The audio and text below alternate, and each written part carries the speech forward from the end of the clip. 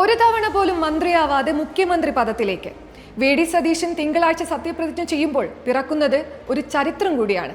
പക്ഷേ ആ ചരിത്ര പുസ്തകത്തിലേക്ക് വി.ഡി. സതീശന്റെ എൻട്രി ഒന്നാമനായിട്ടല്ല, നാലാമനായിട്ടാണ്. ആദ്യ സ്ഥാനം പിടിച്ചത് മറ്റാരുമല്ല, ഇ.എം.എസ്. നമ്പൂതിരിപ്പാടാണ്, കേരളത്തിന്റെ പ്രഥമ മുഖ്യമന്ത്രി. മന്ത്രിയാകാതെ മുഖ്യമന്ത്രിയാകുന്ന ആദ്യത്തെ രാഷ്ട്രീയ നേതാവും ആദ്യത്തെ കമ്മ്യൂണിസ്റ്റ് പ്രസ്ഥാനത്തിന്റെ മുഖ്യമന്ത്രിയും. രണ്ടാമൻ എ.കെ. ആന്റണിയാണ്. 1977 തന്റെ 37-ാം വയസ്സിൽ കേരളത്തിന്റെ മുഖ്യമന്ത്രിയാകുമ്പോൾ എ.കെ. ആന്റണി മുൻപ് മന്ത്രിസ്ഥാനം വഹിച്ചിരുന്നില്ല. ഏറ്റവും പ്രായം കുറഞ്ഞ മുഖ്യമന്ത്രി എന്ന റെക്കോർഡും എ.കെ. ആന്റണിക്ക് തന്നെയാണ്. 1980 ആദ്യമായി മുഖ്യമന്ത്രിയാകുമ്പോൾ ഇ.കെ. നായനാർ മുൻപ് മന്ത്രിയായിരുന്നിട്ടില്ല. പിന്നീട് 3 തവണ അദ്ദേഹം മുഖ്യമന്ത്രിയായി. കേരളത്തിൽ ഏറ്റവും കൂടുതൽ കാലം മുഖ്യമന്ത്രി പദവിയിലിരുന്ന വ്യക്തി ഇ.കെ. നായനാറാണ്, 4009 ദിവസം.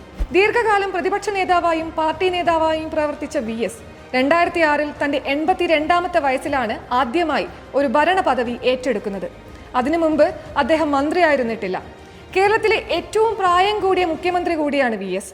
ഇവർക്കിടയിലേക്കാണ് വി.ഡി. സതീശൻ എന്ന വടശ്ശേരി ദാമോദരൻ സതീശന്റെ വരവ്.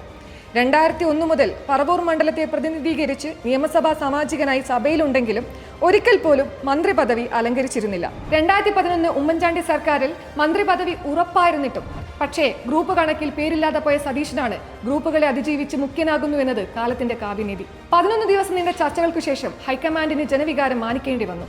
ജനാധിപത്യത്തിൽ ഗ്രൂപ്പുകൾക്കല്ല ജനഹിതത്തിനാണ് പ്രാമുഖ്യമെന്ന് വി.ഡി. സതീശൻ കാട്ടിത്തരുന്നു.